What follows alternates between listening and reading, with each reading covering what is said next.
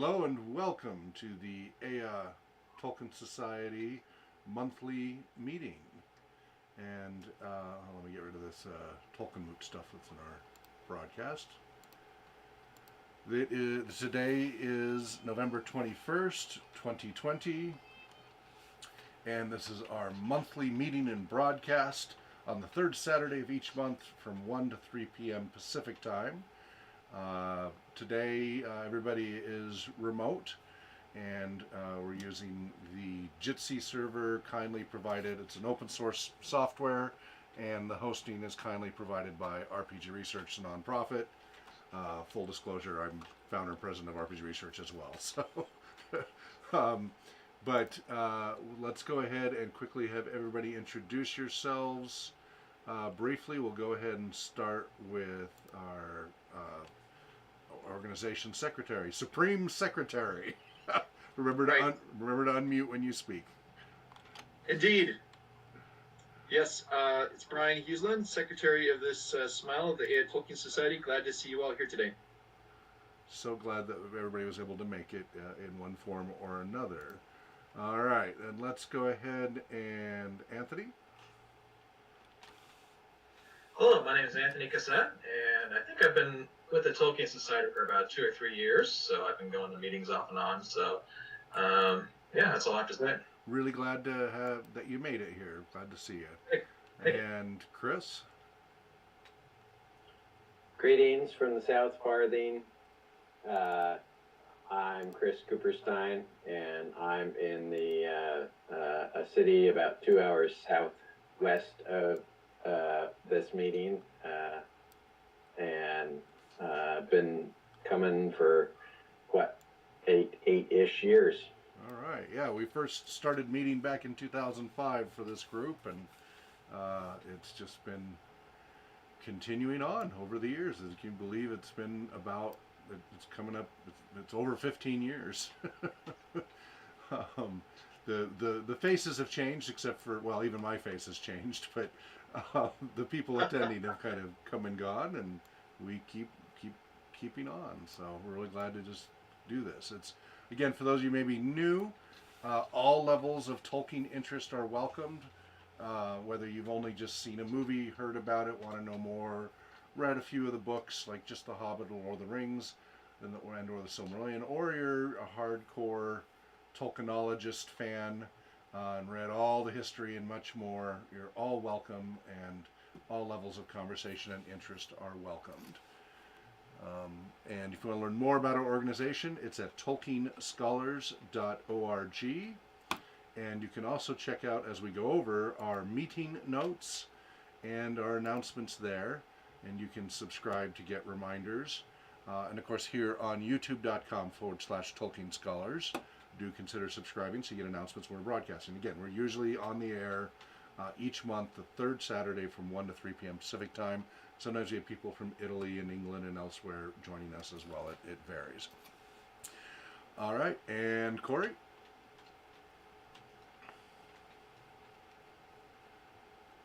Sorry, I'm not used to this whole deal. Anyways, I'm Corey. I've been going to the Tolkien Society, I don't know, let's see. How long has it been? A few years.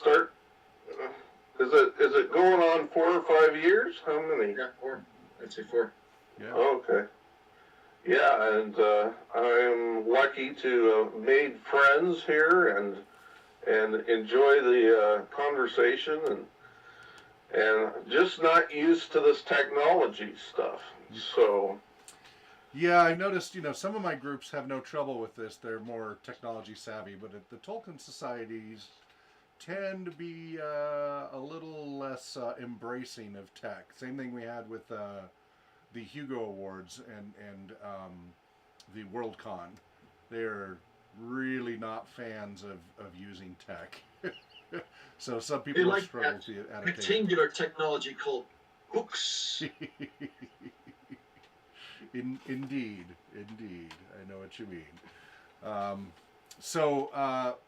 Mr. Supreme Secretary, would you be so kind as to give the recitation of the notes from the previous gathering?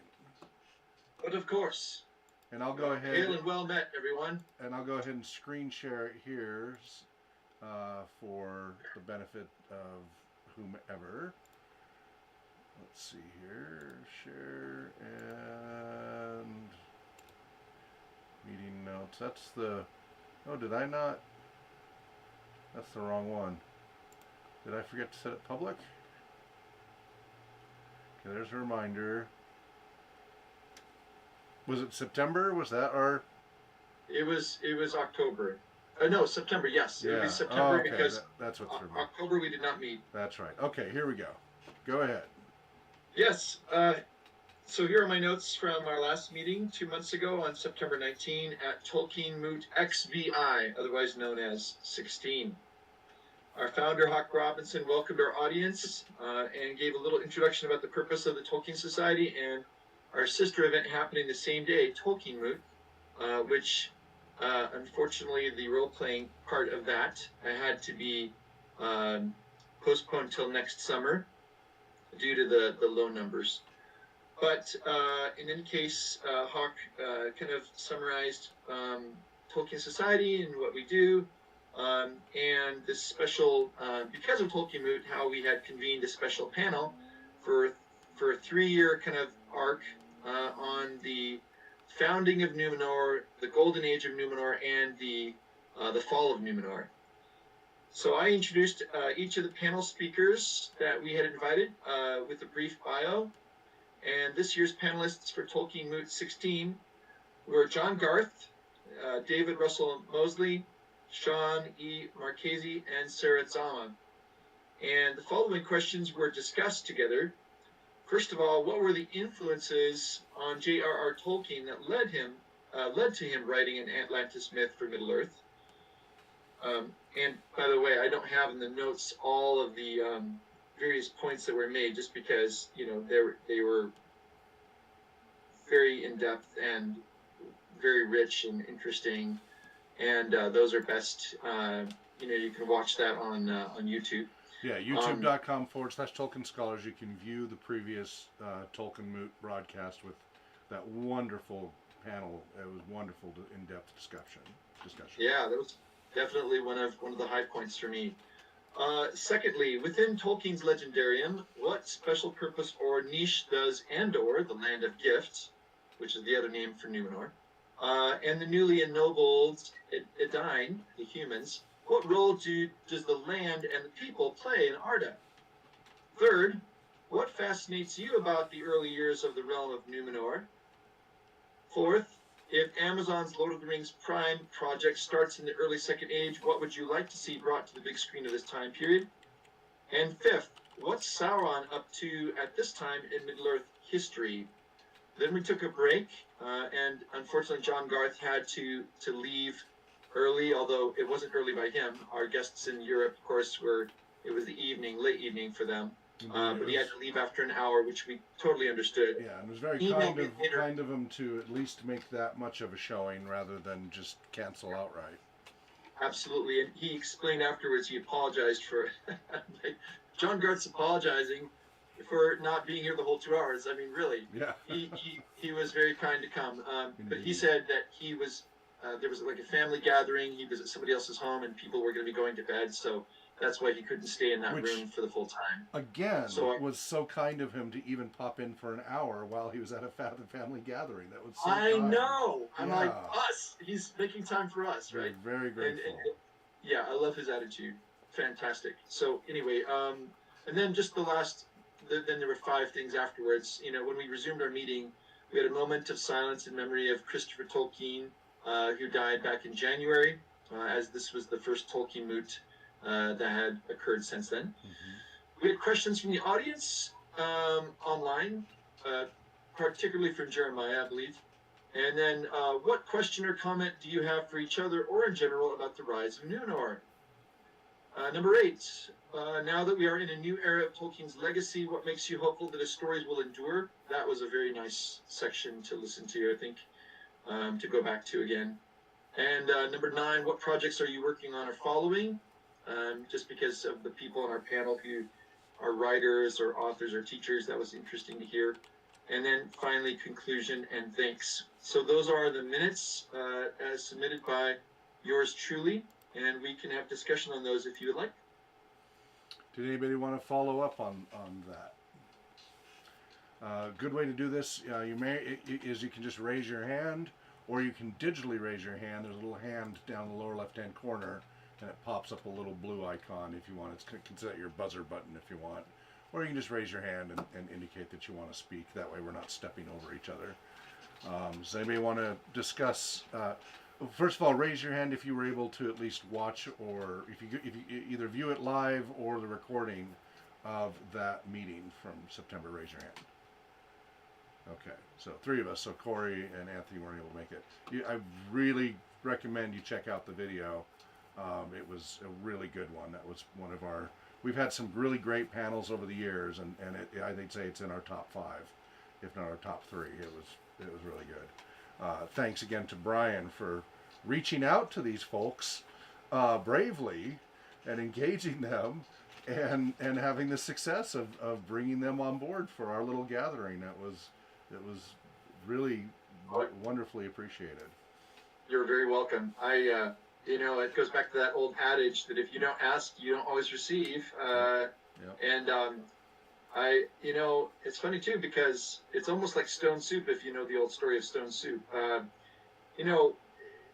We are obviously RPG Research is quite a growing organization, but Eä Tolkien Society is pretty small, and even though we occupy a pretty special spot, in terms of our location, there not being a lot of groups like us nearby, we're still pretty small, and yet, they didn't know that, and by being part of us, it just kind of made it like, actually, it's a thing. And so I haven't looked to see how many hits we have, but certainly just a delightful time, and I think those online guests who could join us, we're in for a real treat.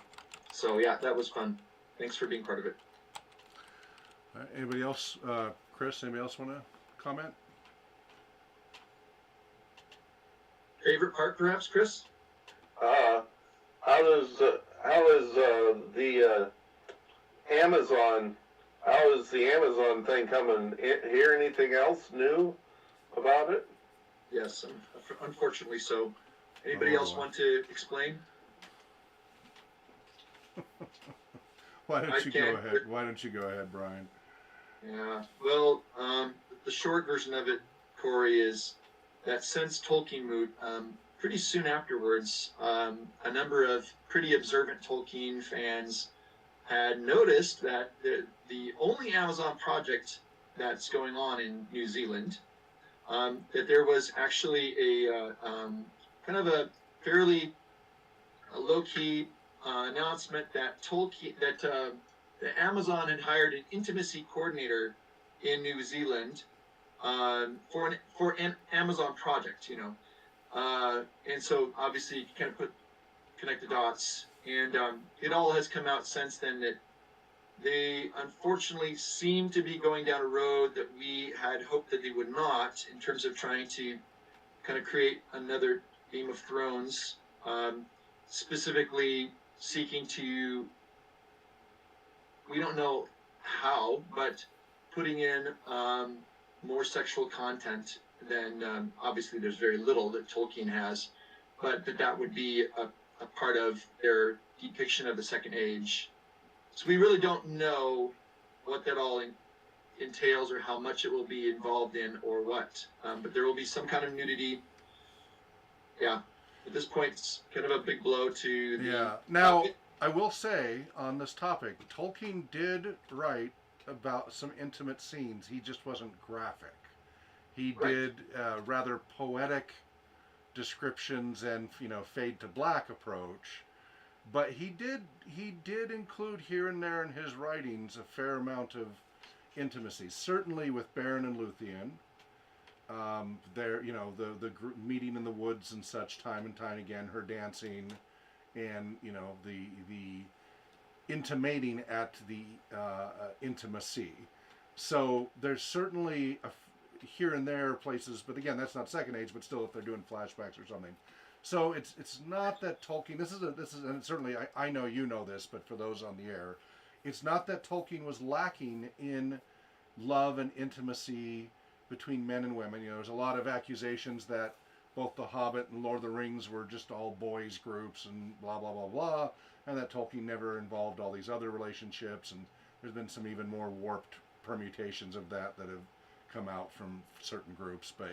But Tolkien was not lacking in the industry, but he was of a Victorian, nature, and so that the graphical part of it, the being graphically detailed, was left out. Much like what the appeal of H.P. Lovecraft, at least for me, in his horror being much more effective, because he doesn't always go into great graphical detail, or at least waits till the end to hit you, but he doesn't bombard you with the graphical. He lets your imagination and poetic approach, which I think is more challenging. It's very easy to just be really blunt and cudgel people over the head.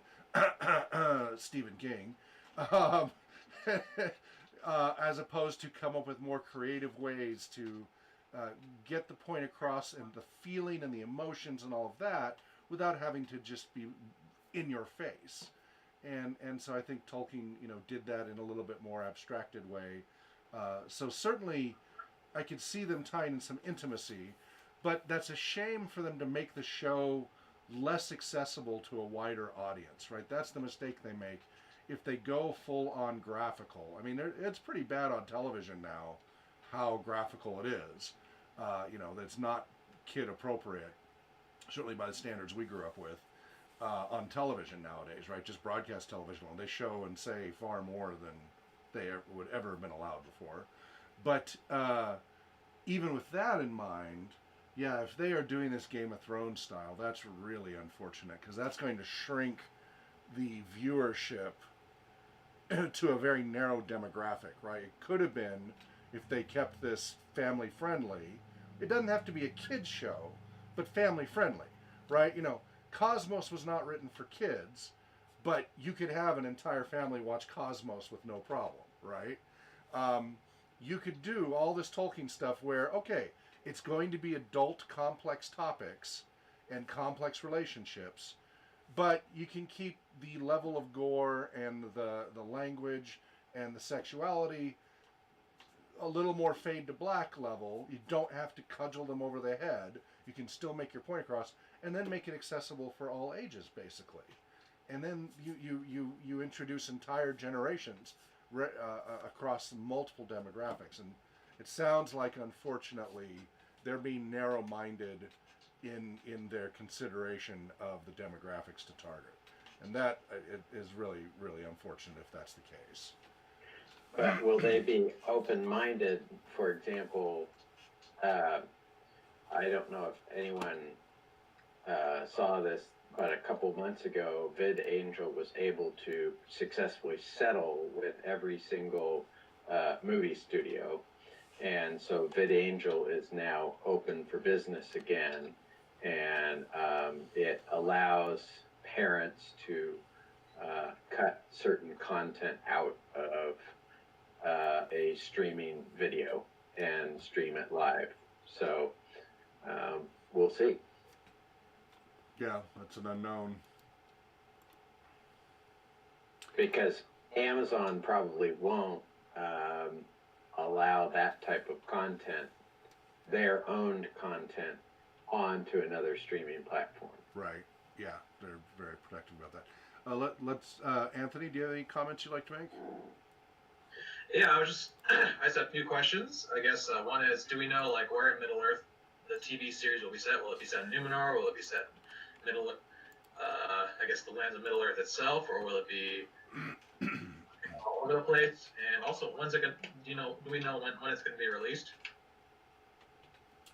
Right. From what we know, the release date by contract has to be 2021 for the first season, I think, because of that. There are bookends to this, even though they spent a lot of money for the rights for this. There are restrictions on that. I don't think they can actually go back to the first age, even in flashbacks, and I don't think that they can have past the year I don't know if it's 2023 or 24 or something like this. But yes, I think next year is when, I think what put things in doubt is, of course, COVID-19 and everything in the industry kind of grinding to a virtual halt back in March. So things have been picking up again, obviously, in September, October. So it's anybody's guess, but it just might push it to late 2021. They still have to get it into that window. So I'm going to make a guess. I'm going to say that we will probably be able to see a release in the late fall, maybe October, something like that, of 2021, because they've got they've got filming to finish. I did hear at one point that they had successfully filmed part of it, but I don't think it was the whole first season. I think it was like just the first episode, and they were approved to do the second season when they finished the first. I'm not sure where they're at. The way production companies are doing it now is they're having the cast and crew all quarantined together for a couple of weeks before they interact. And then if there's no outbreaks, then they get to do their shoot and everything. It obviously is complicated for a shooting schedule to add that to already very, very tight schedule. But that's how a lot of these shows are able to go on without having to have everybody, be remote or wear masks, etc. to do the show. Some shows are just doing it remotely, right? They're going ahead and just doing it like this, wearing masks, what have you. But other shows, the way they do it is you all have to basically live together as a unit, for separate at first for a couple of weeks, then as a group, and then you can actually shoot everything. That's definitely created challenges, expenses, and delays. But at least it's allowing them to continue on with projects. It just means that all the timelines get shifted significantly when they have to do that process, especially since in the past, because you have to figure out that whole, because the moment you bring in another person, even just one person, you have to reset the clock 2 weeks minimum on this process. So it really makes logistics very complicated. But that's how the industries are trying to keep this going, and at least they're making some effort.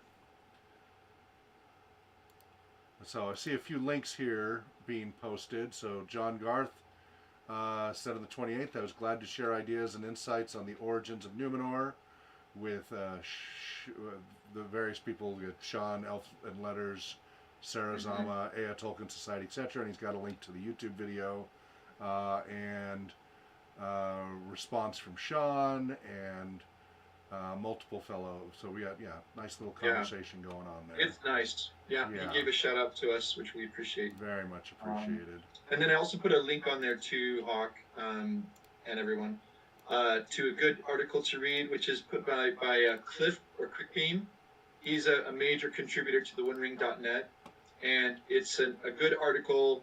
It's not explicit, but it does get into basically kind of parsing what we know. This is as of October on the Amazon Prime Lord of the Rings project and the concerns he has, and basically kind of looking at the whole consternation of it and saying, well, there's a glass half full and a glass half empty way to look at this. One would be glass half empty would be, sure enough, as we asked our panelists, what do you think about this? And John Garth was, very traditional voice in that, saying, I just don't think they're going to be able to do anything near what, the power and the quality of what it could be. And so he just was kind of off on it. Whereas, Sean and Sarah and David were all like cautiously optimistic. And so the glass half empty says, yep, they're going to do it just like we, thought they would. Or like, I remember, Hawk, when we talked about Jackson doing The Hobbit, would they do the different colored hoods? Would it be still a children's story?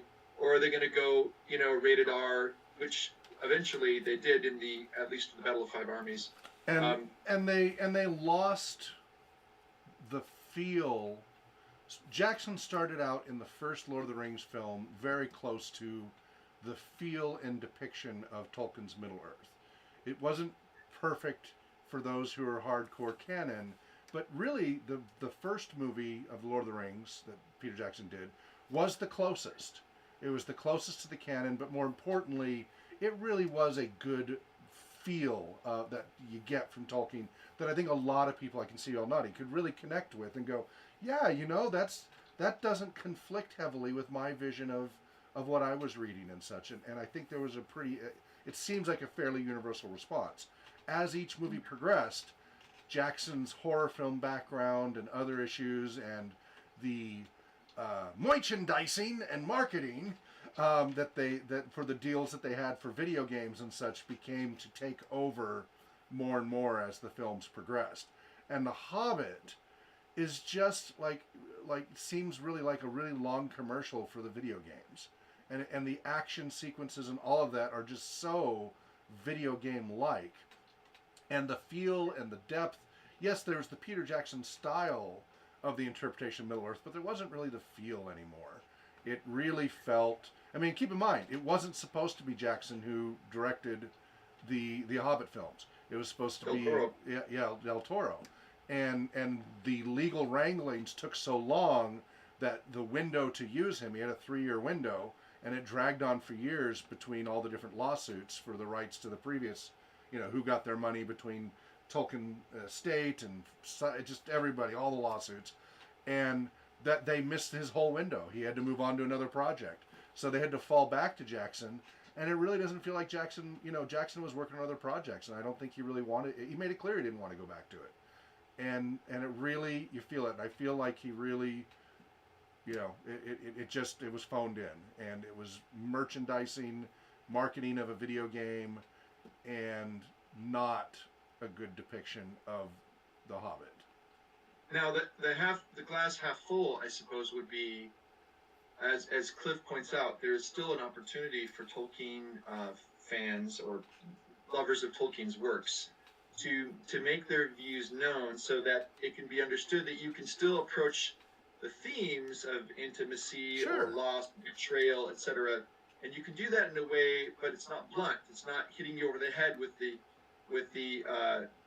the visual kind of force of it, but staying true to that atmosphere that you're talking about, which I think is really vital, because even if you get some things wrong, if you have the atmosphere, if you have that sense of the world of Tolkien, not just the geographical but moral world, that will carry, and you will have much more buy-in, and ultimately it will last longer. It won't just be a flash in the pan and a great hit. Yeah, and there's other little hints in here on other topics, though, that are tangential to the sexified topic that he talks about. For example, it talks about, we do know they're using water tanks. A stunt performer was injured filming scenes underwater, and she's thankfully recovered. They think it's a possible connection to Numenor being flooded and ruined in a specific catastrophe, ? Quite possible. Underwater scenes depicting naked people swimming, we just don't know. So there's other little tidbits in here.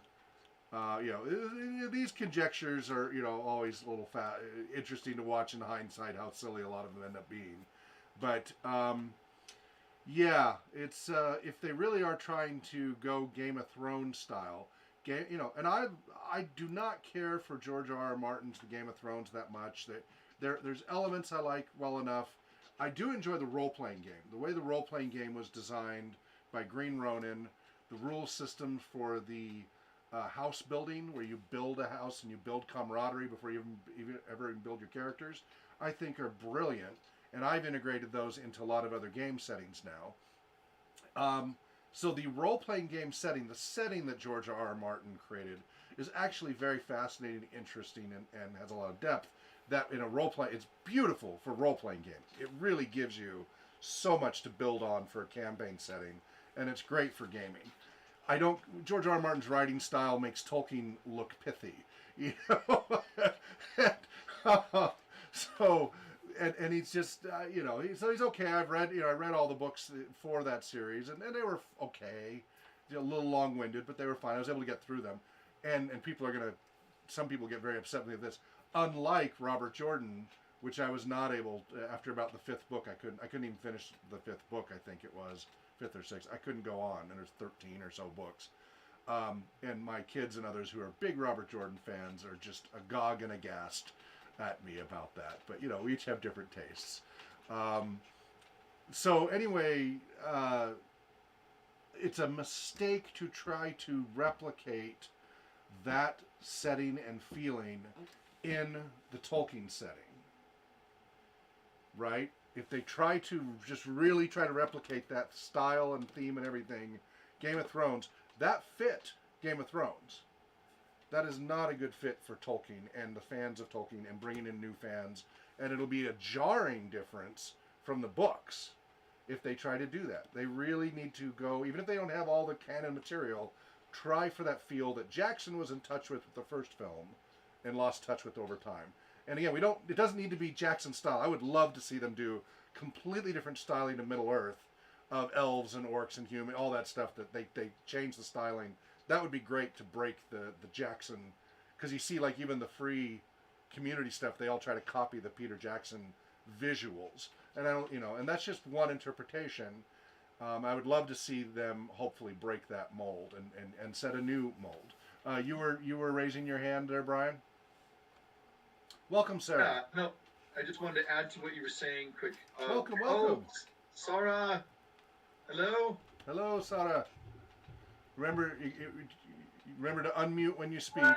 Hello, welcome. We're so glad you're here. Thanks for the invitation. Just remember to mute when you're not speaking and then unmute when you wish to speak. And you can just raise your hand to let us know when you'd like to speak. So we were just talking about our famous meeting 2 months ago, Sarah, and we were following up the discussion just of the notes with talking about Amazon Prime and about the project and what it could look like and how it could be very bad, or perhaps it's not as bad as we think it will be, or something like this.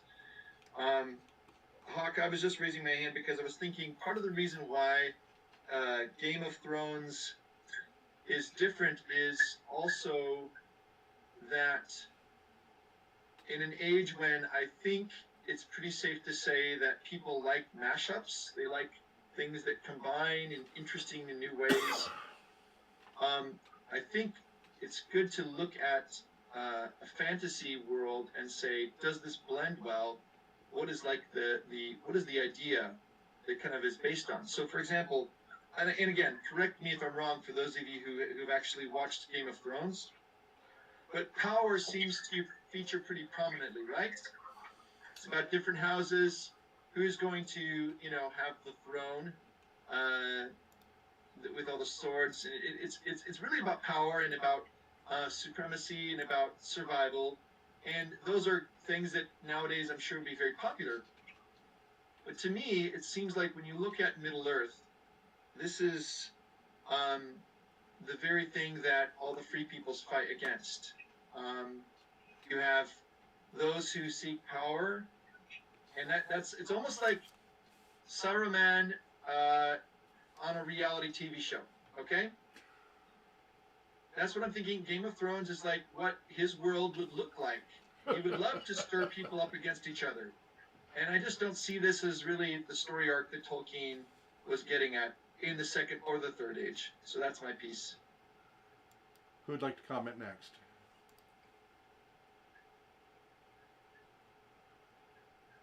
Corey, would you like to say something?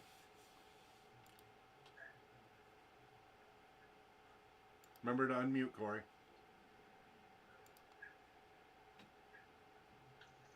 Yeah. Anyways, yeah. You were saying, Brian, where were we? What were you talking about here? We're talking about Game of Thrones compared to Middle Earth. Right. I agree with your what you said, because Game of Thrones, I've read the books and I've heard the series is not even satisfying to some of the readers of Martin's series. He seems to Martin is definitely also Hawk. I laugh at you for the fact that you have not finished the Wheel of Time series. I Couldn't stand it. By the fifth book, I loved the first I book. understand why you did, though. The first I understand why you did. Yeah, I enjoyed the first book very much when it came out, but then after that, for me, it just went downhill rapidly, and I couldn't justify the time anymore.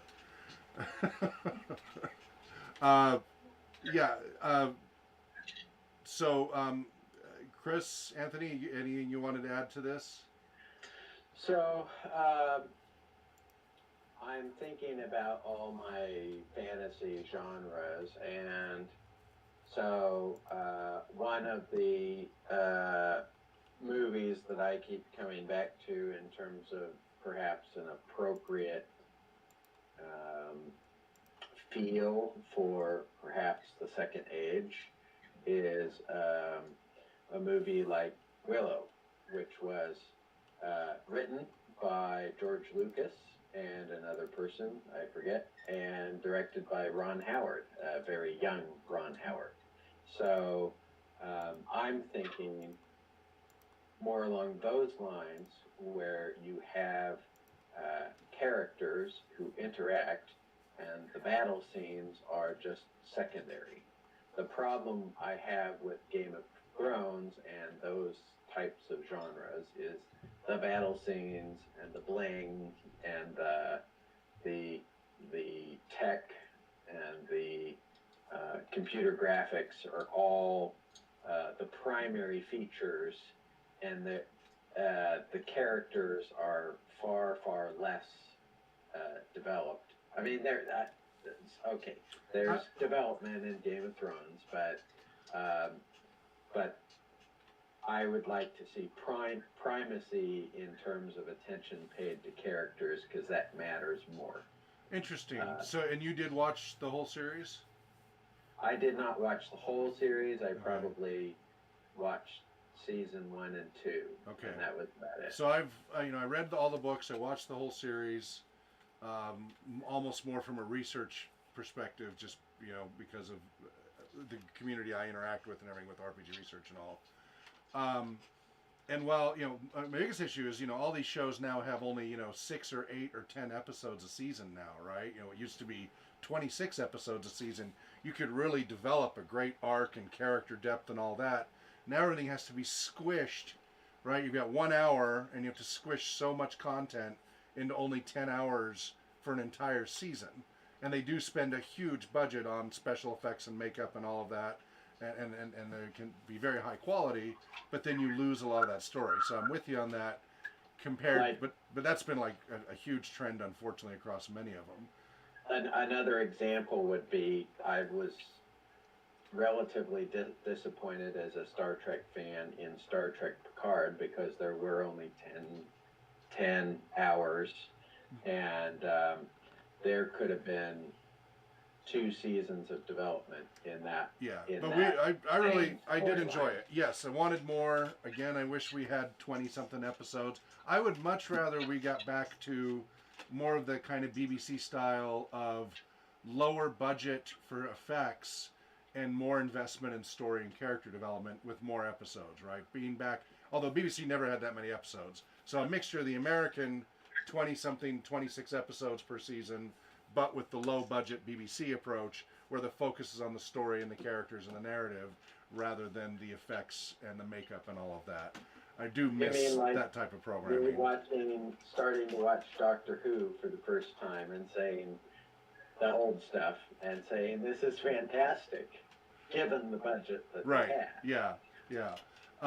It is unfortunate that that the effects and makeup and all of that have taken over the story, the character development, the narrative. That being said, my experience of both the Picard story and Game of Thrones was that compared to a lot of other shows, it spent a lot more time on the intrigue and the dialogue, and even though it did, then the scenes that people point out and remember were the big flashy scenes, but compared to a lot of other shows on HBO and the others, it seemed to really actually make emphasis on that political intrigue pretty heavily, I thought. I thought they did fairly well compared to others out there. And then Picard, it's just Patrick Stewart, He got a chance to really do what he never really got to do with his character very often, which is wonderful. We're going a little far afield here from the Tolkien side on that, but like you were talking about with Willow,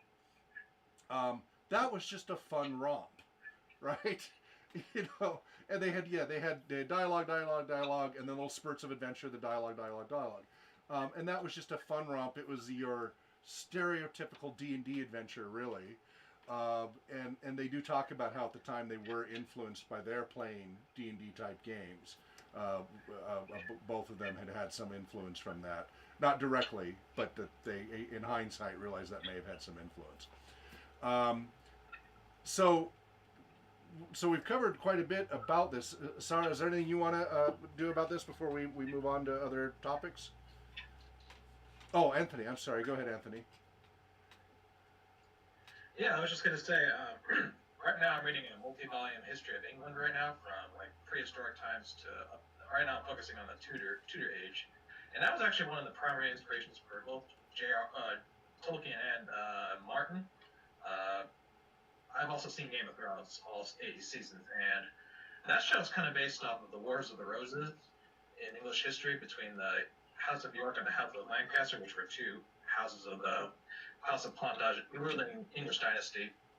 And whereas Tolkien, I think, focuses more on like the Anglo-Saxon period of English history, so before the Norman conquest. And I think both of them touch on different aspects of human nature too. Whereas George R. R. Martin focuses on like the political, sort of darker, more cynical, darker side of human nature.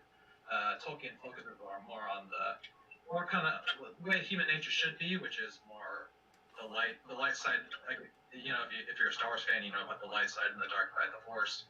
So I guess George R. R. Martin focuses more on the dark side of the Force, and Tolkien focuses more on the light. And you know, so I guess it's just different points of emphasis. And so I guess I'm just kind of bringing a historical background into both of these different works, if that makes any sense. Yeah, no, that's a great thing to point out, definitely. Sarah. Well, I'm not really the right person to talk about Game of Thrones because I never watched the TV series, and I only read the first book when it came out. And then I didn't read the other one because I felt it was not my kind of fantasy. Because I liked the characters, I really liked them, and there were really good ideas that I really liked. But on the whole, it was I don't know. While reading Tolkien, I feel like I can see a part of history. While I was reading Game of Thrones, at least the first book, I felt like I was watching a 50 movie. Like, it was, I don't know, it didn't feel as real as what Tolkien writes. One thing I think when you're talking about the light and dark side, and also what you're talking about, one thing I've really felt a big difference between is even when Tolkien was writing about darker stuff, even like Turin Turambar's, you know, his Kalervo rewrite and such, generally reading Tolkien stuff, you know, his more interesting stuff, some of his stuff isn't always that exciting, but I always felt like there was a lifting up. Like that there was, even when it failed and it was sad, there was a striving to be better and be a better person and all of that. There was just such a pivotal. Game of Thrones, this is a mistake that's been very popular again since we go through these periods of darker and lighter writing and media and stuff like that. If you look at the 70s, it got really dark. If you look at the 50s, 60s, it was very light. We go through these cycles where we focus on all that's wrong with everybody, and there's no real uplifting message or anything else. It's just kind of a tearing apart of like, this is how horrible we all are, and et cetera, et cetera, et cetera. Versus, okay, we may be flawed and, you know, flawed moral creatures, etc., but here's striving to be something better, something more than we are. And I always felt like with Tolkien's works, there was more. Another example, the old cheesy, campy Battlestar Galactica in the 1970s versus the rewrite of Battlestar Galactica in the 2000s. Much, much, much, much, much, much darker.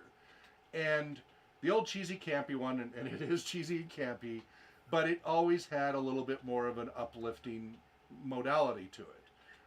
The rewrite is a grind, and I was just able to get through it, but with difficulty, because it just grinds you down. And I always felt like George R.R. Martin stuff kind of grinds you down. You can only watch so much before it really starts to get in your head in a bad way. Tolkien stuff, it's inspiring and invigorating and energizing and uplifting, even when the bad stuff is happening. And I think that feel is what will be lost if they trying to replicate that HBO Game of Thrones style. I have no problem with them bringing in the political intrigue. That part I think is great. I think Tolkien actually was a little lightweight on the political intrigue. He definitely pointed out it was there. He did not go as deep as he could on the political intrigue. He was, as you said, Anthony, he was focusing on different areas. I have no problem with them if they do a Game of Thrones approach of bringing in that political intrigue, as long as they can hang on to, in the Silmarillion and the other works, the spirit of hopefulness in the face of darkness. It's okay to have all that darkness on the Sauron side and Morgoth nature and all of that, because that's what we're fighting against. But we need our heroes, it's okay for them to be flawed, but not so flawed that there's really barely any difference other than just picking sides, right? Game of Thrones, just about everybody is sooner or later evil. Even the people who start out nice end up becoming terrible. And so it's just really, who's your favorite house? Who's your favorite team? Nobody is really striving to be good, right? It's the whole moral ambiguity thing, and Tolkien was not ambiguous about that morality. Go ahead, Brian. No, I think that's great, Hawk. It was just reminding me of what Aristotle said, right? About ethos, pathos, and logos. Yeah, and the virtue. I think that if you don't have the pathos, right? If you can't identify, I mean, I think there are characters in Game of Thrones, no doubt, that people do identify with and they're rooting for and so forth and so on. But it's just much more like Survivor, or something where who's going to be, who's just going to bit by bit. It's almost like the Highlander. There can be only one, But I do think that there's a greater moral vision and something greater there that Tolkien seems to transcend. When you're ready, one thing I'd like to get into is a little bit about the Amon Hen magazine. Okay, we'll do that shortly. So I was just say, so they could potentially mix those two together, and it could be very powerful if they can bring in the complexity of Game of Thrones, the political complexity and all of that, but keep the uplifting message of the free peoples against the darkness in there. If they could somehow hang on to that Tolkien essence versus the Morgoth essence, then it could be really interesting. That even if there's the nudity and all the other stuff, that it could still become something distinctive rather than just another Game of Thrones clone, which there have been many attempts at since. So that'll be very interesting to see. We're going to want to take a break here in a minute before we do switch gears. Anybody want to wrap this up before we take a break, and then we'll switch gears to what Brian is bringing up there from the letter and stuff. Go ahead, Corey. I think that I was reading a Christian author who was saying that one of the things that Americans have trouble with is the idea of tragedy, and I think that is where tragedy is something that Tolkien he looks at stuff and he makes the hard stuff, instead of being cynical like you were talking about. Instead of doing like J.R.R. Martin, he goes for the enriching of beauty that comes through sorrow, which is something that we in the modern day have kind of lost. We've kind of lost that sense of, I don't know, it kind of reminds me of the Japanese, way of feeling about losing things, almost almost like nostalgia or something. It's not, I'm not sure if I can exactly explain it, but the point I'm trying to make is that Martin doesn't let us really mourn any of the characters. They just kind of get hacked down like trees in a forest. So. Okay, let's go ahead and leave it at that, and we'll go ahead and take a 5-minute break. I do recommend everybody get up and physically move around. It's good for you. It wakes up your brain. Those of you watching, same thing. And we'll be back in about 5 minutes, and we'll continue on.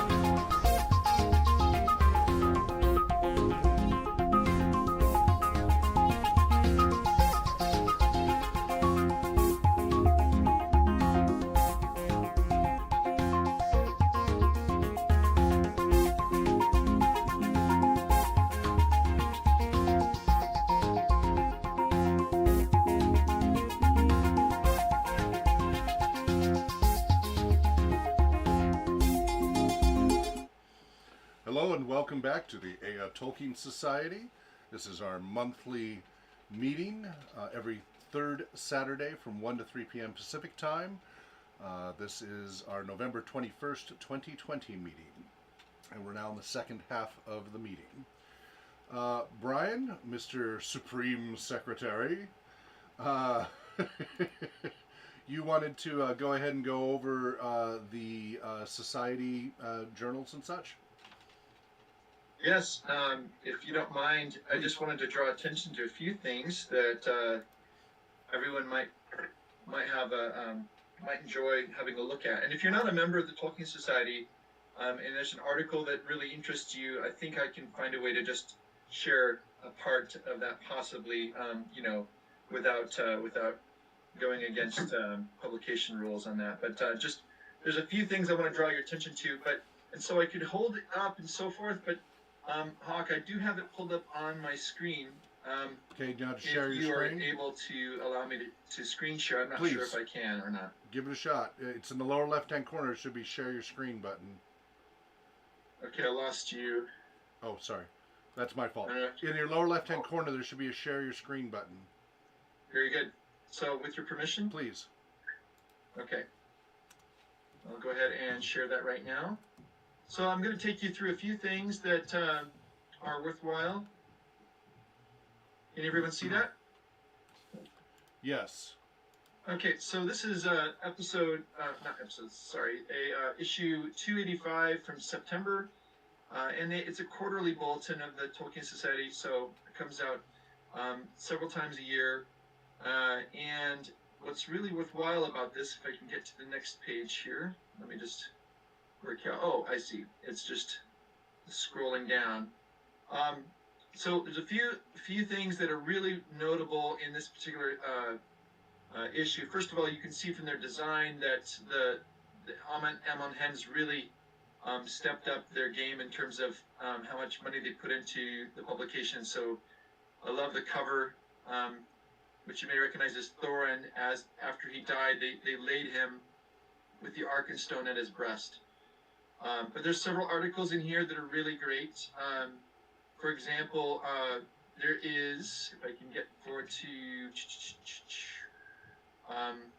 there is, the first one that's quite good is an interesting article by Emilian Wojanowski, and it's about the Riddle of Strider, where he talks about, you know, all that is gold does not glitter, and it gives the Polish translation underneath it, and talks about, from a person who understands Polish and English, how did the translator of The Lord of the Rings in Poland, how did this Polish translator choose to render it in Polish? And so every language is different.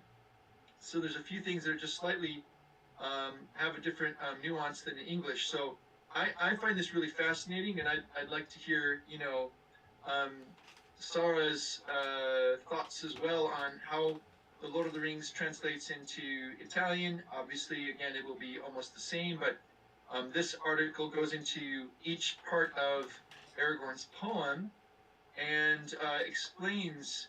Let me just go to the last point here to show you what I mean. So this part says, "The crownless again shall be king," and then the Polish is underneath it. The literal translation of the Polish version, "The wandering king shall come back to the capital." In the Polish version, the king wanders, which is true about Aragorn, called Strider as well. The king will come back na stolice, to where he belongs. In other words, although to be more correct, it should be do stolici, which means to the capital. However, on the capital implies the king will return to rule, to sit on the throne again, high above others. The idea in all the lines is close to that of the original. The emotional content of the poem just switches places, and the imagination of a Polish reader may be affected a bit differently, but after all, Polish readers should be satisfied with the final result. So that's quite interesting, and that would be great to hear again from someone who is, who has a different language as their mother tongue. So, and then just two other things I want to point out. Another one is a very nice essay by Chris Walsh from the University of Chester in England about Gildor and his meeting with Frodo. As you may remember, as he's wandering through the Shire, heading east, he meets some elves. These are high elves, and Gildor talks to him about Bilbo. And there's just all these things that Gildor leaves out. And so Chris Walsh is asking, why does Gildor leave these things out? What is Tolkien's purpose in leaving some things unanswered? So that's quite good. It's a short little essay that's very good. And then there's a third thing, if I can apologize for making you dizzy here, but if I can just jump ahead to one final one. And this is on role playing.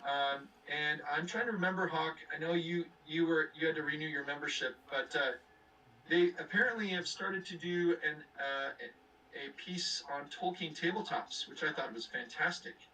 So I would suggest, Hawk, that you maybe consider contributing to this.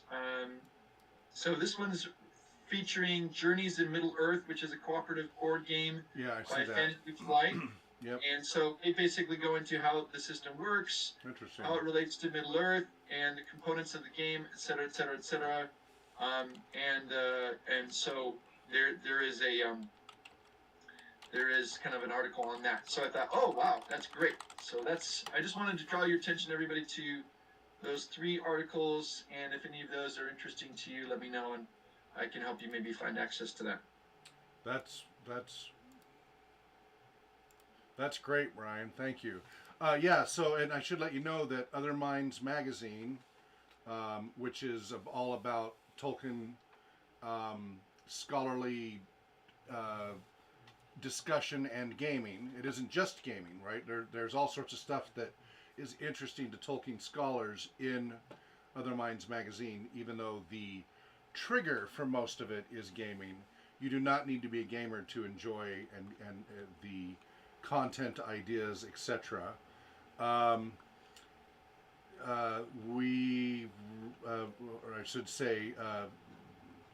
Thomas Morwinski in Germany got the issue number 22 out. So we're up to 22 issues now of Other Minds magazine. And there's also brought up J.R. Tolkien, edited by Carl F. Hostetter, The Nature of Middle Earth, a book coming out in 2021.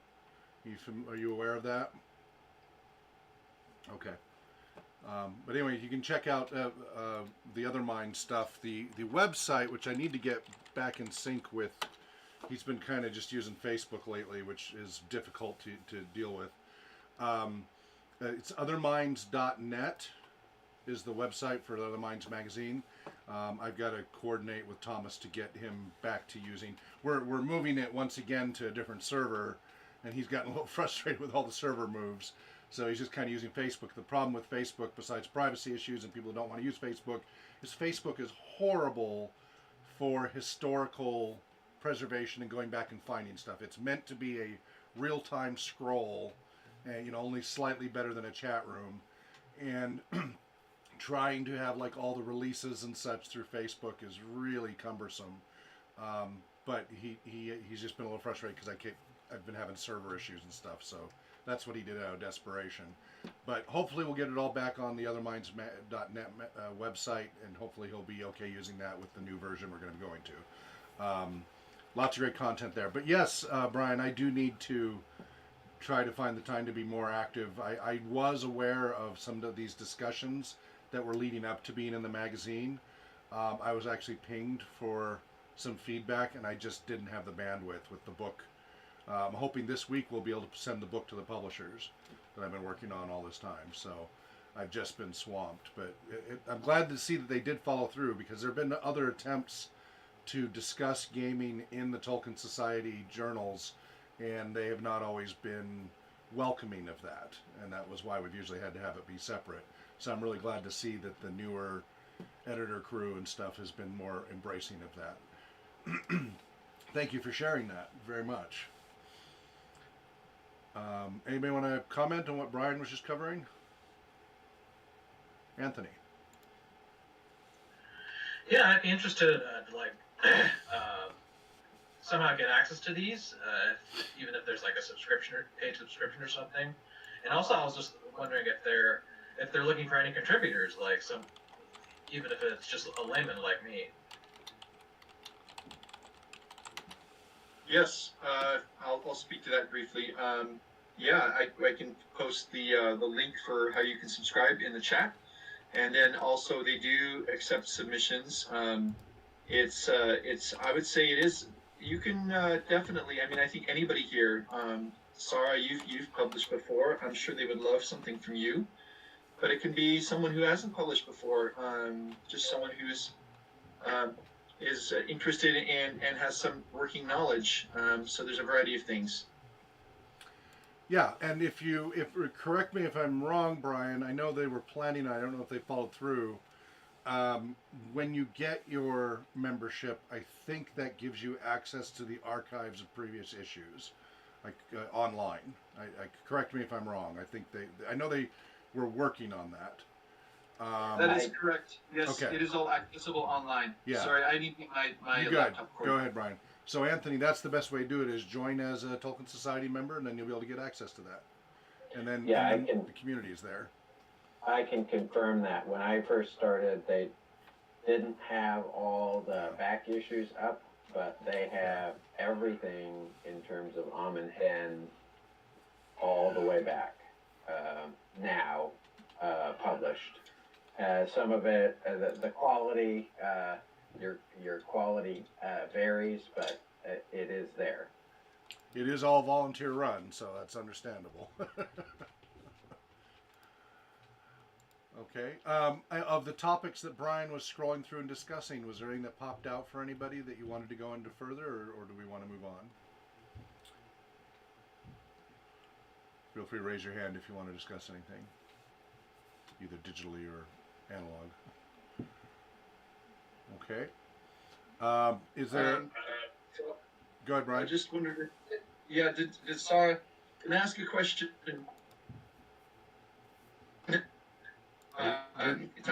You're cutting out, Brian. Do you see any differences between the... Say that again? Can you tell any difference between the English and the Italian translation of The Lord of the Rings, Sarah?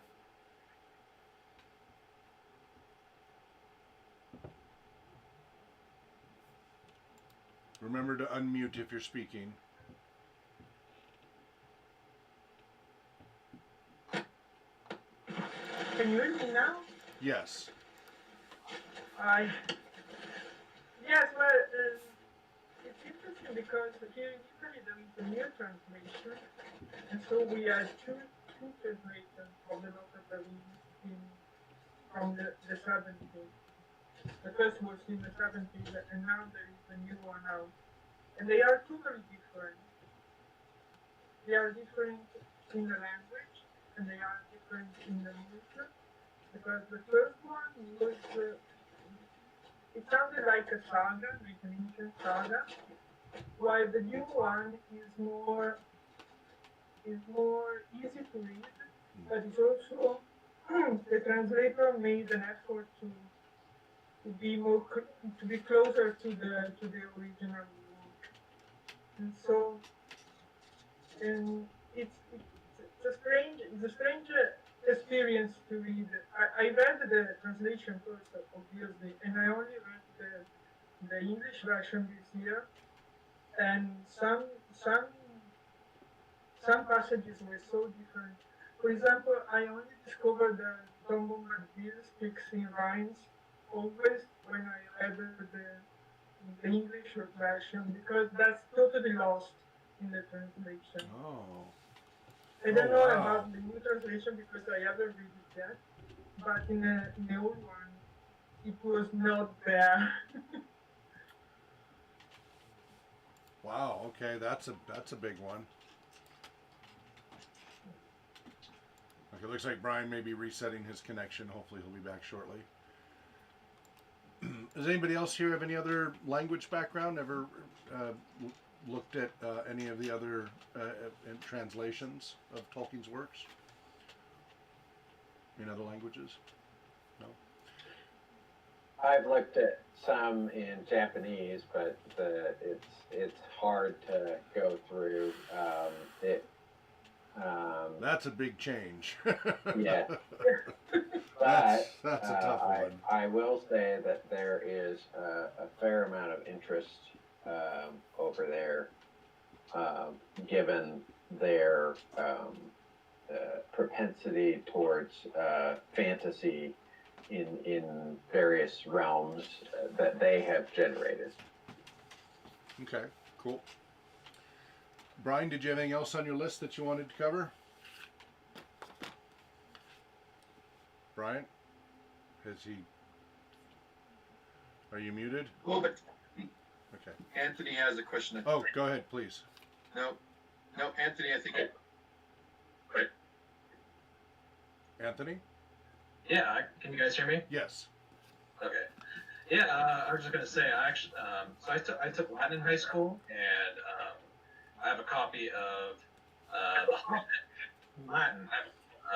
The title of Hobbit in Latin is Hobbitus Impet. If you translate it, it means that Hobbit, which kind of implies that maybe Bilbo had a notorious reputation among his fellow hobbits. So I thought that was kind of funny and interesting to translate it. Yeah, that's what I was trying to find. Is I thought I had a copy of that as well. When we were talking about that earlier, I was trying to find my. I thought I had a version of that. So yeah, the Latin version. When I in elementary school, I was in Catholic school, and from 3rd through 8th grade, and Latin was mandatory. They hadn't quite made the transition to, even though it was post Vatican II, it was still, everybody there was, the nuns and everything were all older, and it was still very Vatican I experience. So we had to, Mass was initially mostly in Latin. It transitioned over those years, and we had to learn Latin every week and such. So it's all, it's mostly gone now, but the roots are there. But it is interesting. It does, of course, create a different rhythm. The meter that Sarah was talking about, such all. It definitely changes that each time you put it in a different language, because it's like German versus Latin, right? There's very different feel to those languages, and what is jarring and what is beautiful between one or the other. It doesn't always directly translate. If you try to do it very literally, you don't get the feel. You may get the literal information, but you won't get the feeling behind it. And of course, Tolkien niggled away so heavily at the very specific phrasing again and again to not only get the information across, but the style of that delivery. He was very specific about in how he did that, and that creates a very different experience for the reader, definitely. Anybody else? Go ahead, Supreme Secretary Brian. Remember? From this second article by Chris Walsh on Gildor, Frodo, and Bilbo. Can you hear me? Yeah, you're having bandwidth issues, unfortunately. Hopefully my audio's okay. Maybe I'm gonna have to do something about that. maybe I will- turn your video off unless you're showing something on the screen. That might help your bandwidth. Yeah. Okay, go ahead. Okay, so That's I'm better. going to read to you the last paragraph here. Readers have an active role to play in interpreting text and author labor to No, produce. you're cutting out. Indeed, without a reader to mean something. Okay, I'm going to copy and paste this into the chat. Okay, and then I can read it aloud if you'd like. Sorry you're having bandwidth issues there. Did you remember to reset your router before you started? That'd be a negative. Okay. Yeah, it always helps. Okay, let me know when that's there. Do we know what letters we're going to be reading today, so I can have that queued up? I will, unless Chris knows. If Chris could search, that'd be great. Let's see, because Searching.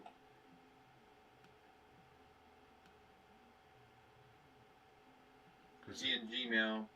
and that would be our August notes, right? Okay, I found the. I'm gonna copy and paste this for you. Okay. Here we go. It should be appearing in chat. There we go. I see it. Readers have an active role to play in interpreting the text which an author has labored to produce. Indeed, without a reader to mean something to the text could not mean anything. So, the reader's role is vital, and the sheer pleasure of reading and rereading The Lord of the Rings depends to a very large extent upon the reader's willingness to engage creatively with those interpretive cruces and challenges which Tolkien's masterpiece provides in abundance. Excuse me. It is precisely such engagement which makes reading The Lord of the Rings, in my experience at any rate, so stimulating and richly satisfying.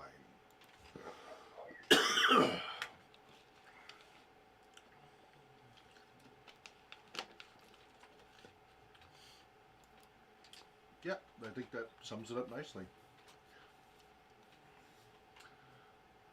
Anything else you want to add to that, Brian? No, sorry, I don't have anything else. But Okay. I'm just trying to find the letter of Tolkien that we're on.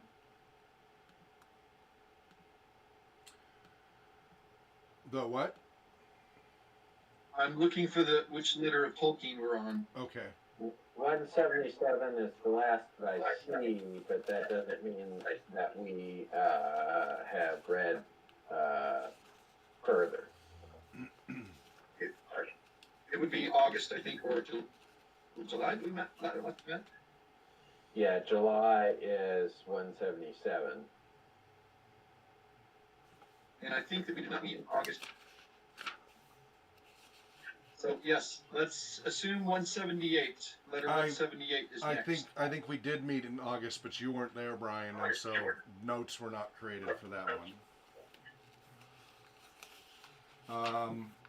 So this is which letter? 177, you think was the last one?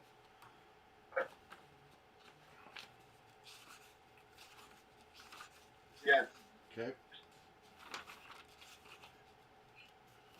178. 178. Next. Letter 178. All right, so 178 was the last one read, or 178 is the one we start reading today? We start reading 178 today. 178 today, okay. Do you want to, well, your audio's not going to work. Anthony, do you have a copy of the letters? Would you like to read 178? Read the whole heading and such. Okay, thank you.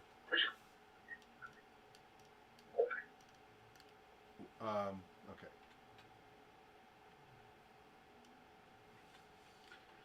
Or Chris, if you have yours handy, if you want to read 178, and then we can have Anthony read 179. They're both short. Sure. From letter 178, from a letter to Allen and Unwin, 12 December 1955, containing a reference to Sarhole, the hamlet where Tolkien spent part of his childhood. By the way, there is no need to alter Mr. to Professor.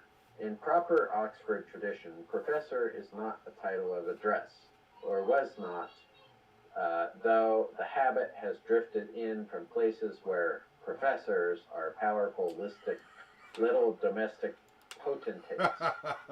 I am sure that without Professor, I should have heard less about my Dawnishness, and no one would have said the Shire is not far from North Oxford.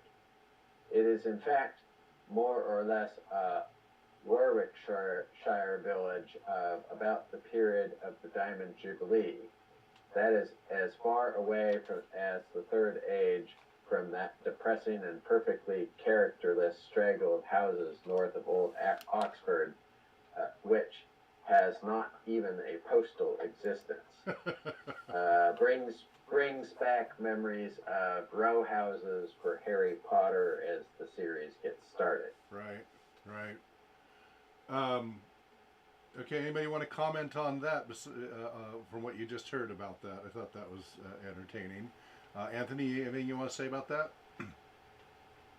Yeah, it's interesting he brings up Warwickshire. I think that's the same county where Shakespeare was born, which I thought was kind of interesting. Other than that, I think it's really funny how Tolkien kind of makes fun of himself for being an Oxford Don, because there's all sorts of stereotypes associated with that. You want me to go ahead and read the next letter, the 179? We give everybody a chance to comment on the one before we move on to the next one. Corey? In Stephen Lawhead's book, the Albion series, I believe it is, there's a section where the mentor character is actually a professor at Harvard, or not Harvard, but the point is that it seems that Lawhead was trying to put a version of Tolkien into his books as a mentor character. Okay. Yeah, I always thought it was interesting. Yeah. Okay, and welcome back, Brian. Sarah?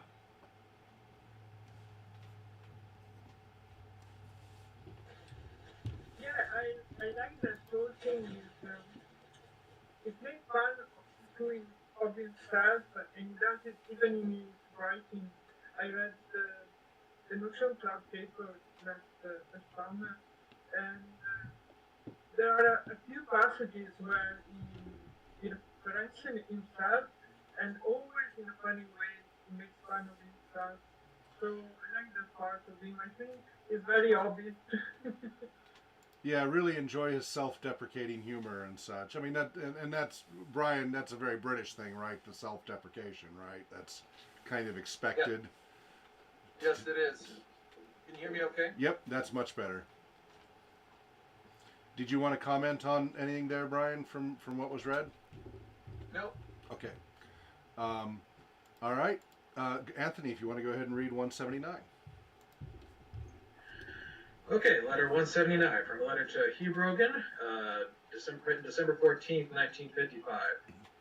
Brogan wrote on December 4th to say that he had recurrent nightmares that he might have been stupid or tactless, or given a wrong impression of my real admiration for your great book. And Tolkien says, dismiss the nightmare. I can stand criticism, not being unduly puffed up by the success or unexpected success of The Lord of the Rings. He went stupid or unfair, or even, as I occasionally suspect, a little malicious. Otherwise, I should be in a fine taking, what with emasculate and other kind adjectives. But you are welcome to let your pen run as it will. It is horrible writing letters to people with whom you have to be careful, since you give me such close attention and sensitive perception. Boy, and that, I think, is a letter for the times of our current 10, 20 years of people so easily outraged at everything and not having thick skins anymore. Everybody has... thicker skin, that's what Yeah. I was thinking. Yeah, rice paper thin skin now. Not even a butterfly can get across without leaving a ripple effect. Yeah, I mean, being able to take criticism, and even if it's not the correctly delivered way, being able to get through that in your own ego and get useful information from dialogue rather than monologuing at everybody, having a dialogue and being open to criticism and perspectives. And you don't have to agree, and that's okay. And you don't have to turn it into insults and attacks and isolation and shunning if you don't agree. And so seeing that acceptance and respect and consideration is refreshing when you really don't see a lot of that in the last 10 years or so, right? There's just been a real dramatic cultural shift globally. It's not just here in the States. You're seeing it all over with the internet. For me, that's what really stands out is they're not lambasting. You know, he may have lambasted in the previous letter, you know, as a criticism, but Tolkien took it in stride. I'm sure he had an emotional reaction to it and everything. The nice thing about being able to write on paper, of course, you know, as opposed to the impulse of the intermediate digital thing, is you can take a little time to calm down and maybe write that first letter and then go, no, I'm not sending that one. Let me do this one instead. That does create a safety valve that we're kind of missing these days. And I think that's why we're seeing a lot of this such intense emotional reactivity. You know, I work as a therapist, and my goodness, the reactivity level of the last 10 years compared to the previous 10 years, it just keeps going up exponentially. It's quite shocking how encouraged it is to be so reactive rather than kind of step back for a second, take a deep breath, and take it, you know, and look from other people's perspectives rather than just be so easily offended about everything.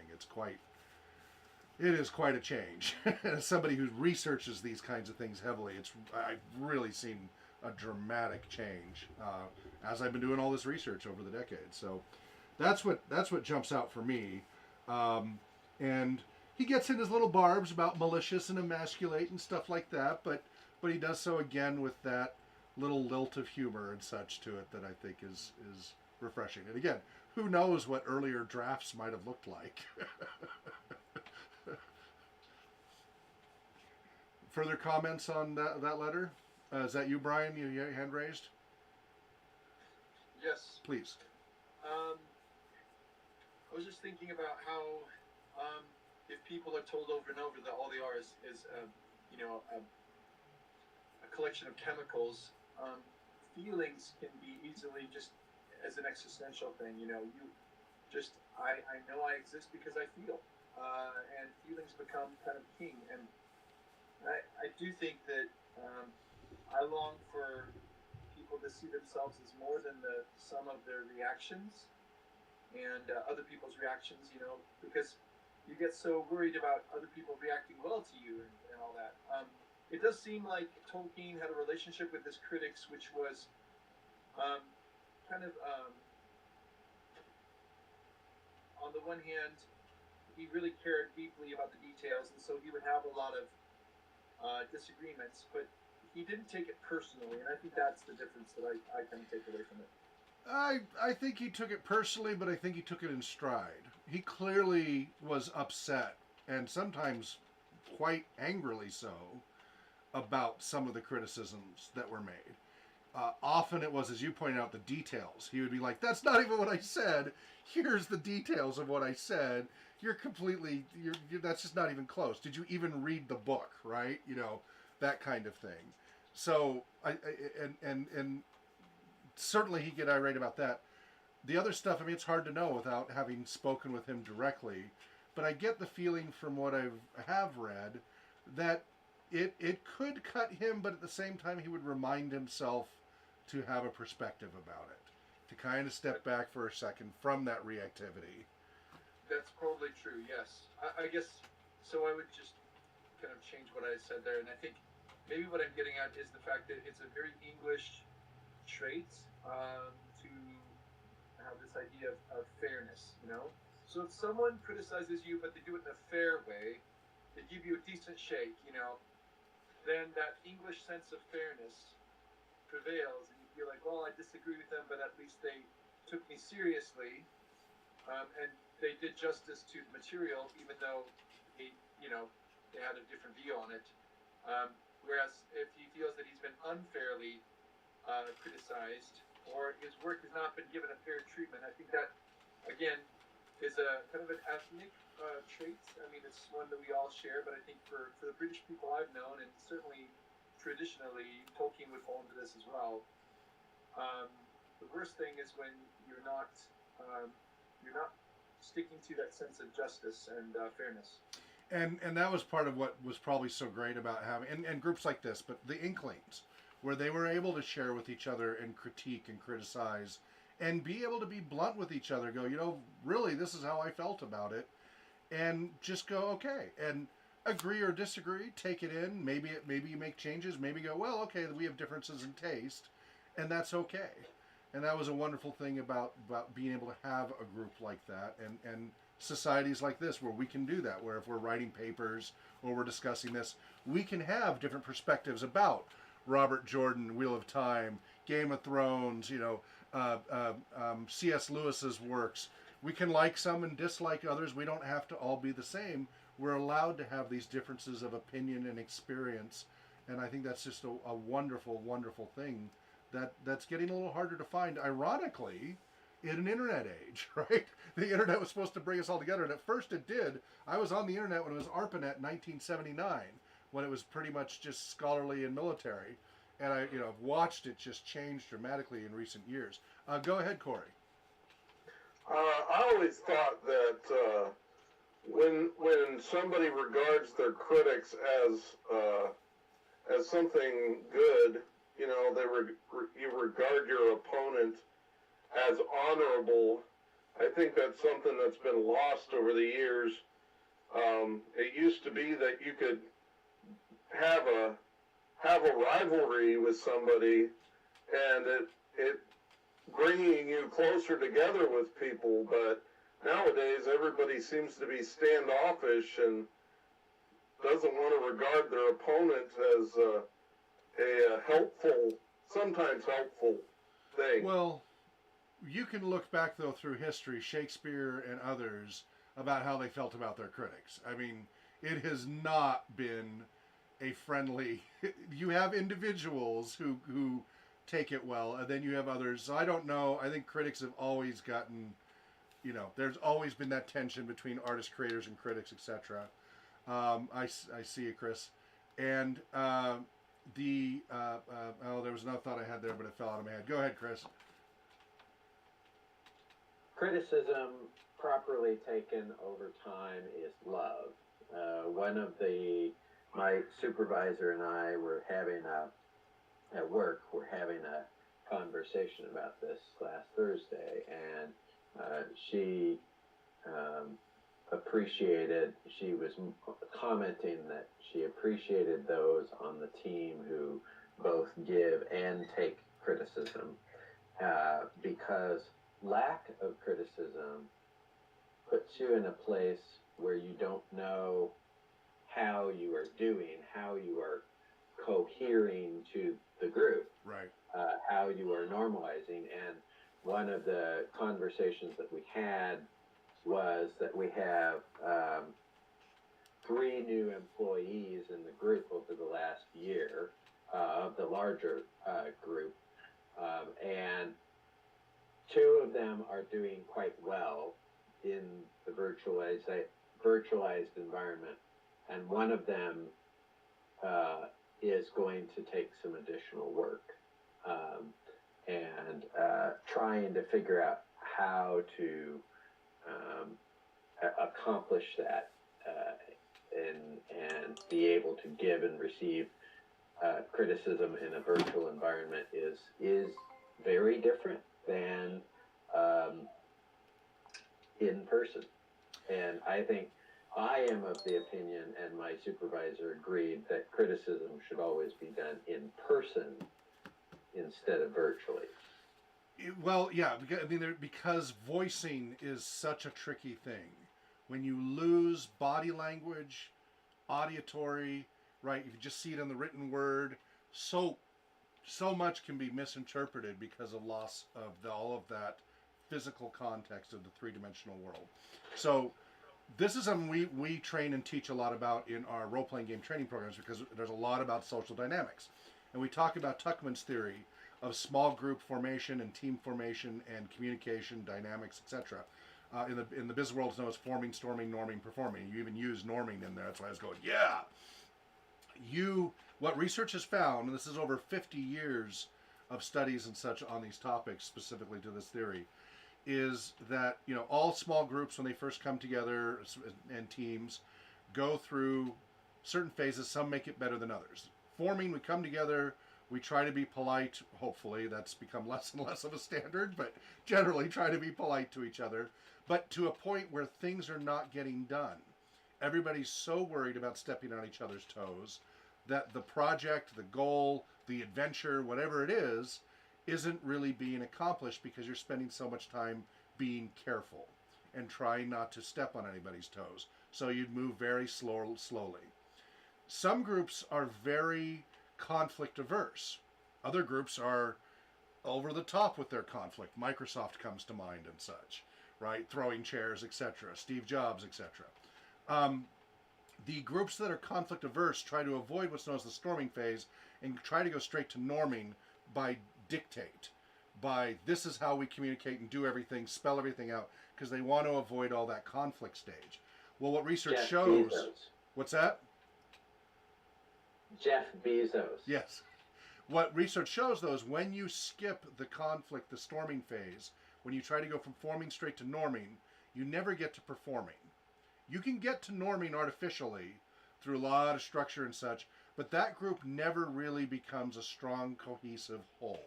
They are individuals working together on a project, and they are not the groups that stand out and do exceptional work. The groups that become performing, where it becomes automaticity and such, have to go through the storming phase. And the storming phase is unpleasant. The storming phase does require criticism, giving and taking criticism, figuring out what your strengths and weaknesses are. You may come to the table as a specialist in your category, and this person in their category, so you all have your specialties, but then you have your own individual strengths and weaknesses that show up in a project or an adventure or whatever that are going to come up that everybody needs to learn. And only under that crucible of the pressure, there's a phrase it's in the Matrix, but it goes out throughout history. You do not truly know someone until you fight them, right? When they're under that pressure and they let their guard down, you don't always see the best side of a person, but you get to know more of them. And hopefully in that situation, you get through it. Right now, all too often, and we see it in gaming groups, people get stuck in the storming phase because they do take it too personally. They're not able to handle the criticism, right? And there isn't effective leadership, and there's a dysfunctionality of the group. A lot of groups never get past storming phase, whatever the group is, whether it's business, whether it's gaming, literary groups. You see groups come and go all the time because they finally, after getting familiar enough with each other, start to get to the storming phase and disagree, etc. And they don't do so in a way that is constructive and moves them forward in a learning way. And so the groups dissolve. But those who learn to get through it, and they now start to understand where their strengths and weaknesses are, the communication styles that work with each other, get to the norming where they're still verbalizing, in the gaming context, okay, Brian, you go ahead and listen at the door and get ready to pick the lock. Chris, you get ready to watch our rear and make sure nobody's sneaking up behind us because you're really good at perceiving. Anthony, make sure you've got that healing spell ready in case Brian sets off a trap and is going to die, especially neutralize poison. Corey, exactly. So we verbalize, whether it's a leader or you do it as an egalitarian thing, we're verbalizing each of our sub-roles in the context of a specific situation. It could be a political setting. We're going to go talk to the king. you should probably say this, I should say this, we're going to go talk in front of the Supreme Court, whatever.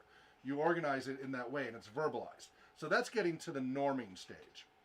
But then you get to performing, where you've been through this enough times, everybody knows their place, their strengths and weaknesses, who you can count on under pressure and who you can't, and where they need to be under different circumstances, and it's automatic. You don't have to verbalize it. It's just able to happen. And you can't get there without being able to handle and give criticism in an effective way. Go ahead, Sarah.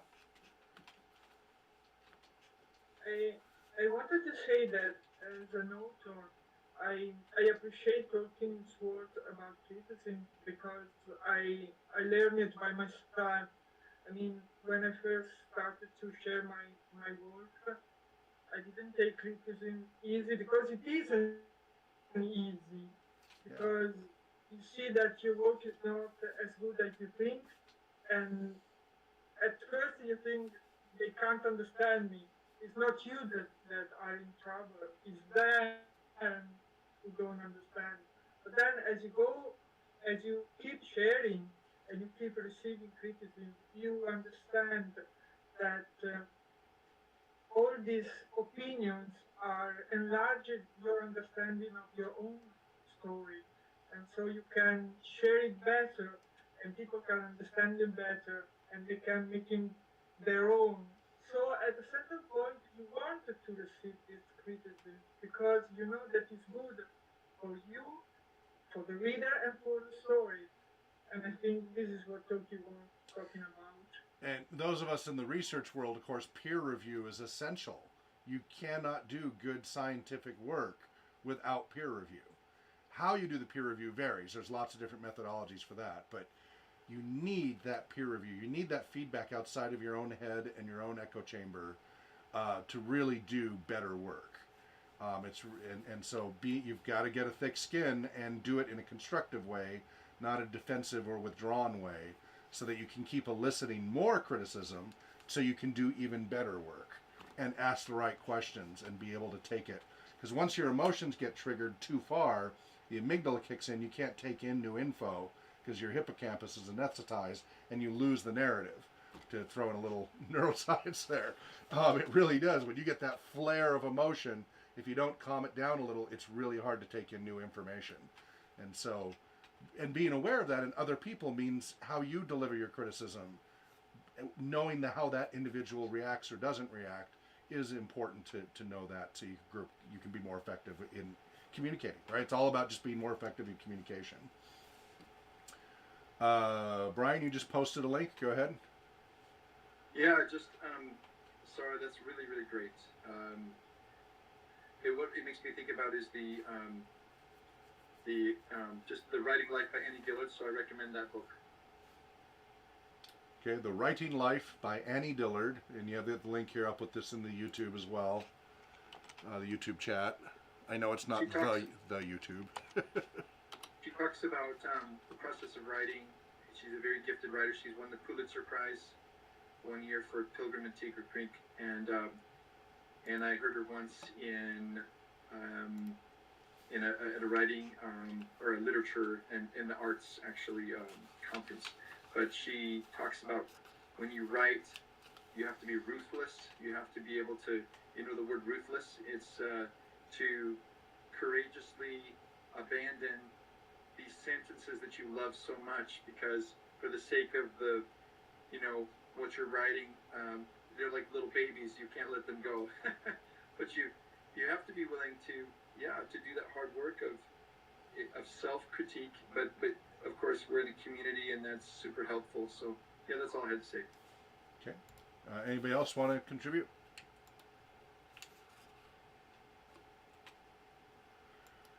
The next letter is a little too long to fit in. We've only got about 5-6 minutes left. So open the floor for any last minute topics. Anybody wants to throw in anything? Now's a good chance to throw in something you want to just mention, bring up, etc. I'll throw one in. We've got some gaming events coming up that are fundraisers for RPG Research. If anybody wants to check those out, go to rpgresearch.com/events. And you'll see we've got games. So if you're missing some social connection and some gaming, even if it's still remote, we've got these gaming opportunities going on that you can check out on Saturdays and other days to have a little bit of fun. Sometimes it does include Middle-earth. Sometimes it's other worlds, Doctor Who, sci-fi worlds, fantasy worlds, modern-day worlds. We have a whole variety there. So if any of you are kind of missing some of that social connection, remember RPG Research, our volunteers, are putting out these opportunities to join games. And we only cancel when nobody shows up. So we do plan them to be there. It's just you just go to events and sign up, and most of them are free. So you might want to check that out if you're looking for a little social connection. What else would you... Let's go through everybody. So start with Anthony. So Anthony, you have anything you'd like to add before we wrap up? Yeah, I think Brian and I think also myself have posted a link. There's a new Tolkien book coming out next summer. It's going to be called The Nature of Middle-earth. It's going to, I don't know if you want me to read about it, but it's basically going to contain some of Tolkien's final writings concerning his fictional world. Yeah, I guess if you want me to, I can go into detail about that, but I don't know how much time we have left. If you can maybe summarize it for about 30 seconds. Okay. I guess the book's going to contain essays from sweeping themes as profound as elvish immortality and reincarnation and the powers of the Valar to the more earthbound subjects of the lands and beasts of Numenor, the geography of the rivers and beacon hills of Gondor, and even who had beards. So, yeah, I guess it's going to be published by Houghton Mifflin Harcourt in the U.S. on June 24th, 2021. It's going to be edited by Carl F. Hofstetter, who's, I guess, he's head of the Elvish Linguistic Fellowship, and he's worked as a computer engineer for NASA since 1985. Oh, is he part of Vineyard Tengwar? I think so. Okay, because I got the whole Vineyard Tengwar collection back here. So. Yeah. All right. Cool.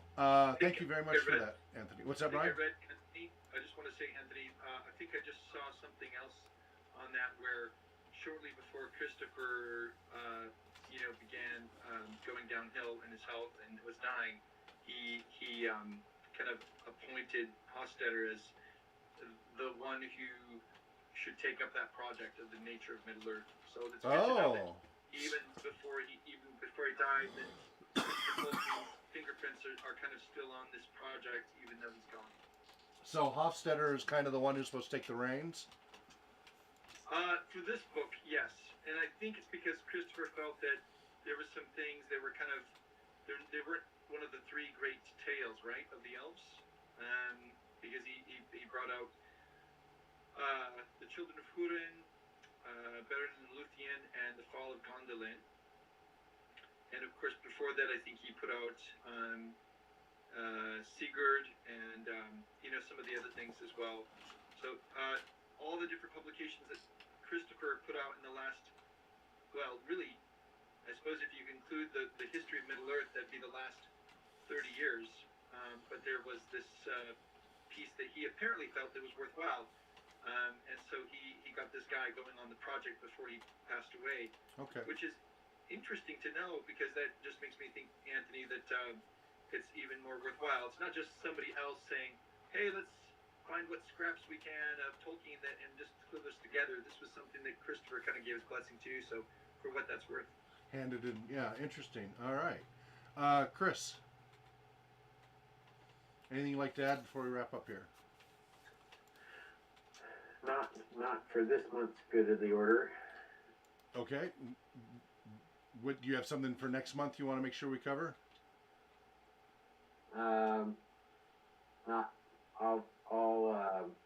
I'll work on it. Okay.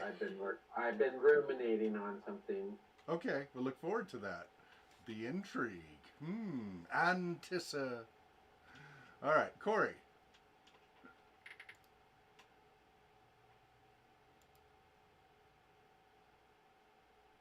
Remember to unmute.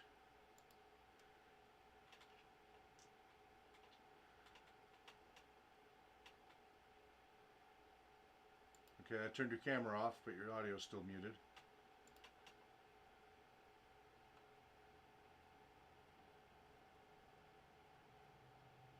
So unmute your mic. Sorry about that. That's all right. I don't have anything. Okay.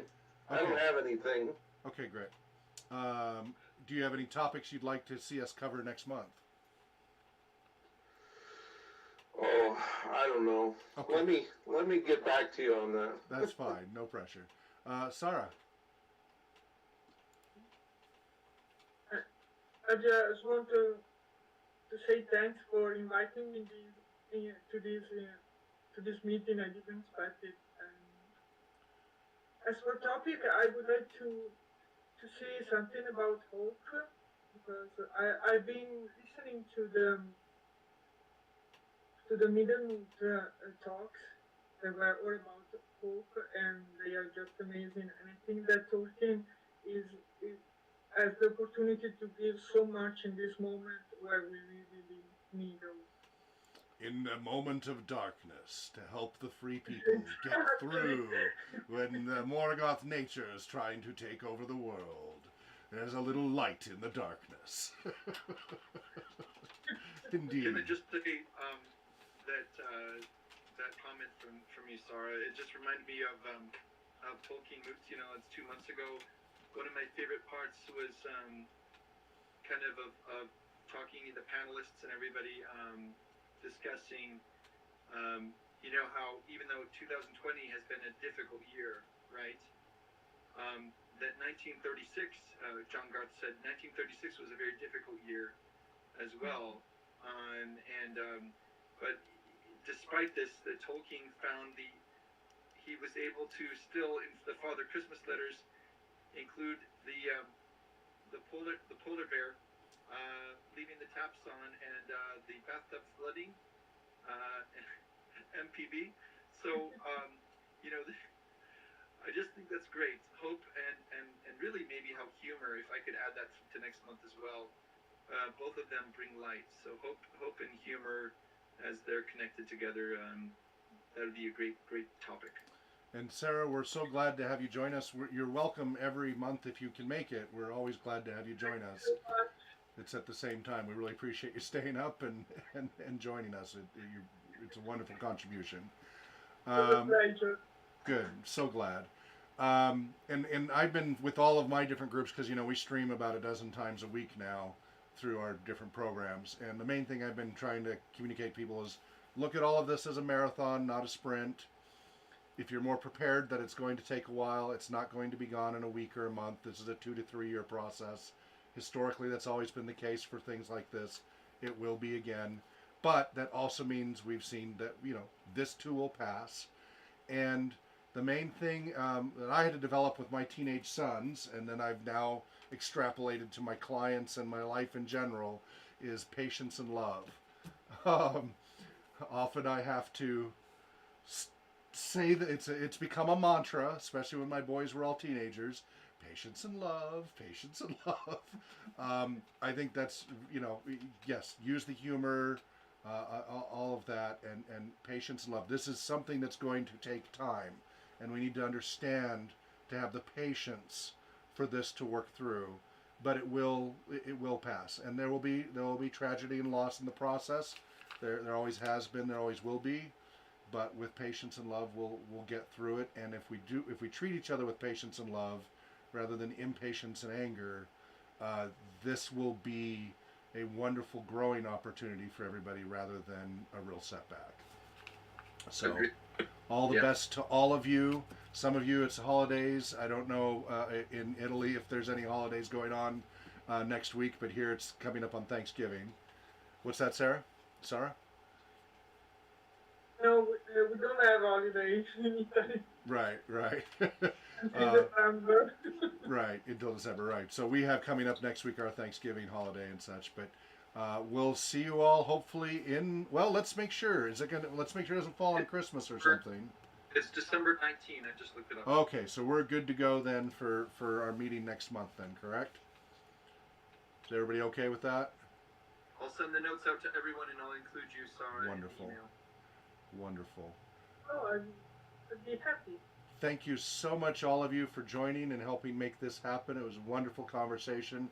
It was wonderful seeing all of you. So have a wonderful weekend and rest of your week and rest of your year, and we'll see you next month. Wherever you may be well, and Namarie. Namarie. Bye-bye.